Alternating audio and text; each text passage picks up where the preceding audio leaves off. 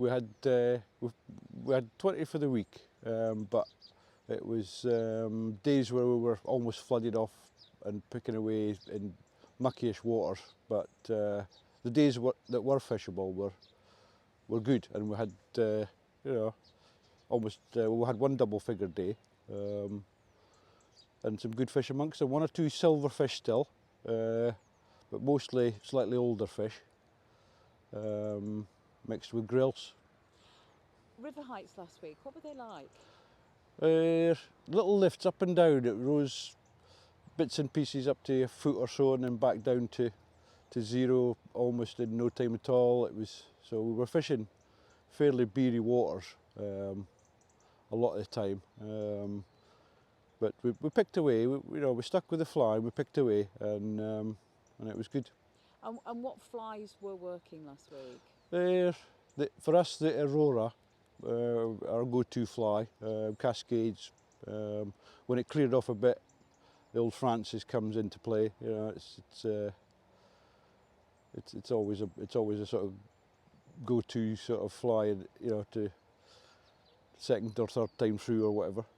And what kind of summer have you had? The summer's been sort of mixed blessing. It's been great. We've had water up and down, up and down, up and down, but that's been half the problem. Is we've lost a few days as well. But without that water, we wouldn't have had the fishing we've had. It's brought these summer salmon in and the grills in, which has been great. They've not been trapped. They've been able to get right up river, so it's been really good. The summer's actually saved our skin. And the fish that have come in, you were commenting the quality of them. Yeah, I mean the summer salmon are fantastic quality. I mean a lot of fish in the teens, really fat. The grills have been in good shape as well. Even the 4 or 5 pounders have been dumpy little things, so it's been really good. And there's been some firsts as well, because you've had a lot of young people fishing the water as well. Yeah, yeah, we've had 1 or 2 firsts this year. Yeah, we had a young lad, 12, got his first salmon, and prior to that he actually got a 12-pound sea trout, which he was chuffed with. Yeah. We've had 2 or 3 firsts this year, all on fly as well, so it's good. And the beat has been mainly fishing the fly. Yeah. I mean, we tend to stick to the fly, even when it's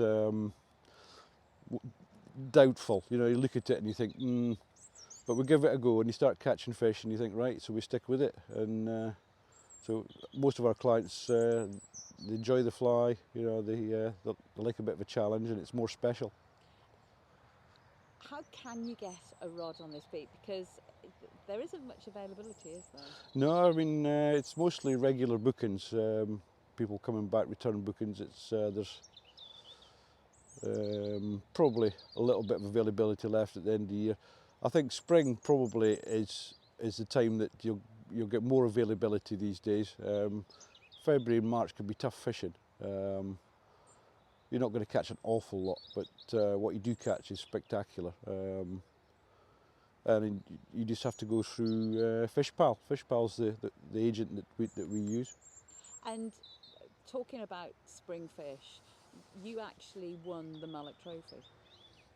yeah, that was a wee while ago. That was a cracking fish. That was 33-pound springer. That was a fish of a lifetime. That for Wayne that caught the fish. It was a belter. I hope I see another fish like that, but they're so rare. But we are getting better quality springers. I mean, there's frequently big teens and 20s in the spring, which is fantastic for the river. So Fishpal, you can get a permit on Fishpal. Very little availability left till the end of the season. Yes, I think we've got a couple of weeks left in November, but like I say, the majority of the free availability we have will be in the spring. We're a 2-rod beat. 2 gillies, 2 rods, and I think that's what people appreciate. It's a 1-to-1.